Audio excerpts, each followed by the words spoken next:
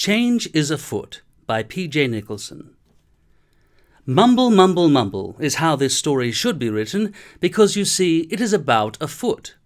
Feet can't hear at all. They don't have ears. Instead, they feel the vibrations of the world around them. So mumble, mumble, mumble is how a foot would perceive everything. For the sake of the story, however, we're going to imagine that this one particular foot can hear perfectly, just as your teddy bear can hear perfectly. You simply imbue N with a consciousness. Yes, you simply imagine your teddy bear has a consciousness, and just like a god, you have given N a soul, and now you can talk to N, and threaten N with eternal fire if N doesn't worship you properly. Just kidding. But make sure N's scared. No, but seriously, don't hurt teddy bears. Love them, but make sure they obey. Just kidding.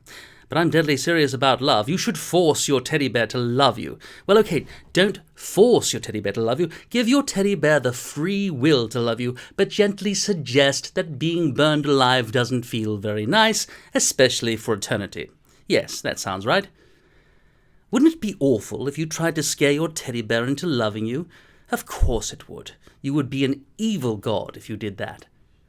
Does your teddy bear really think and feel on his own when you are not looking? No, not really.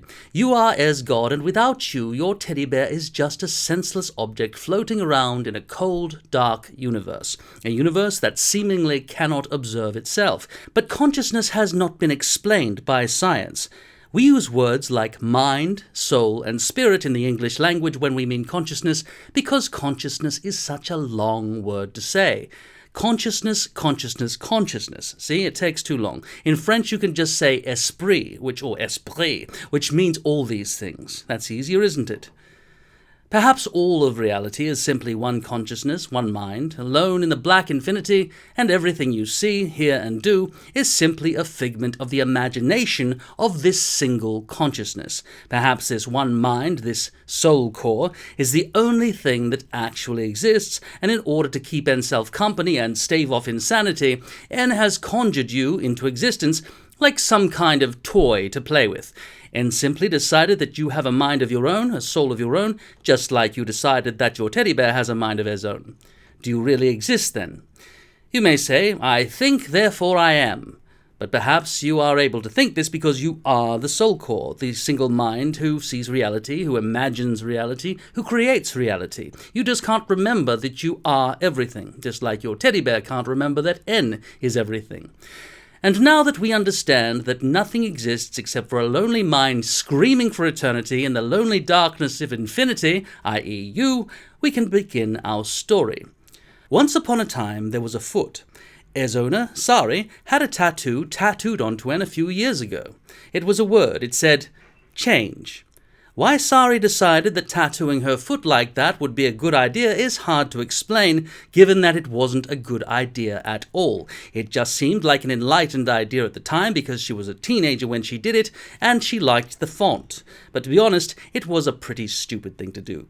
She had that word inked onto her foot for the rest of her life, and even after she died when she was buried in a coffin underground, that tattoo stayed there until her foot rotted away and was eaten by generations of tiny creatures who lived inside her body. One of those creatures was named Gerald. He ate some of the ink from the base of the letter G. He didn't live very long. Despite Sari stupidly writing things on her body with permanent ink, it didn't really matter because she knew she would die one day anyway, and you should go easy on her because she's your relative who will be born 10,000 years from now. You don't love her, though, do you, even though she's a member of your family? But I guess you don't love people who haven't been born yet. What about your great-great-grandmother? Do you love her? Your mother might remember her. You might even have some photos of her in storage. Don't worry, those photos will be lost, just like all the letters she wrote and all the thoughts she had and the entire world she knew. It's all gone.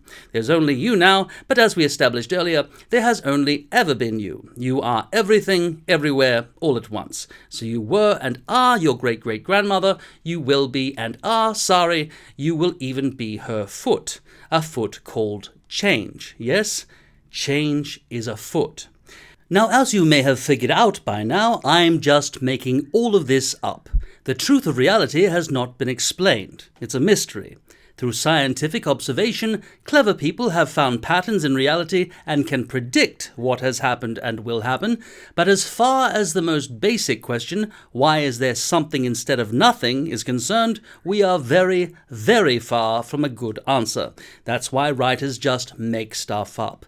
Even if I tell you that you are a mind alone in the blackness of space, and you have invented the universe to keep yourself distracted from the horrific reality of extreme isolation, which is far worse than being buried alive because you can never die and no one is looking for you, I still haven't explained how you popped into existence one day. Seems a bit lazy, doesn't it? But you try to do it. Go on. Whether gas exploded, or a mind made it, or some other existing thing caused change to occur, the existence of nothingness forever is really the only sensible thing that could ever happen. All this shouldn't be here. It's crazy, really. I'm way too stupid to figure it out. Infinite existence with no beginning? That seems like an awfully long time. A speck of gas suddenly appeared one day and exploded. A mind suddenly appeared one day and created. Is there a third thing? Whatever that third thing is, that's probably it. Any discussions about tattoos, gender equality, ghosts, UFOs, time travel, intergalactic civilizations, the void beyond the edge of the expanding universe, the bag that holds each multiverse marble in it, the wars between all the gods who smash each other's universes to pieces for revenge or make love and unite into a hive mind, experiments on hostage aliens who are kept in cages and forced to create new realities every 3 seconds lest they rip off another tentacle. All of these discussions are minute, tiny, insignificant questions compared to why there is something rather than nothing. There should be nothing, obviously. Now I'm angry. Why won't they tell us anything? Even if the night sky opened like the lid of a box and a claw reached in to place another galactic supercluster in here for us to play with, we would have some clue. But instead, we are kept in utter darkness. At least the living are. Maybe after you die and before you are born, you're completely aware of the simplicity of these answers, which pretty much makes us zoo monkeys or story characters for the entertainment of the gods or the soul core.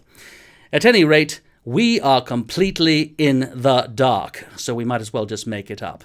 So here's another story to pass the time while we wait for the universe to end, which may or may not ever happen. I call this one Change is Afoot. It's going to be about a human girl called Sari, your relative 10,000 years in the future, whose foot is going to take her away from her life of mediocrity or suffering towards a new perspective, because she's going to go on some meaningless journey that will open her eyes to the glory of creation, with optimism being the big reveal, and she will find happiness or love, which are basically the same thing, through gratitude and contentedness in her ability to use her imagination to create, which gives her life meaning.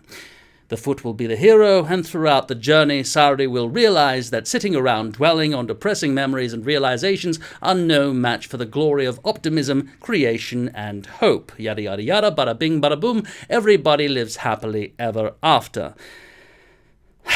But I'm too depressed to write that story now. It's like I'm trapped in a reality with no explanation and no meaning, and I'm going to die pretty soon anyway, and then I'll be forgotten. Pity. I would have given the foot a funny voice and everything.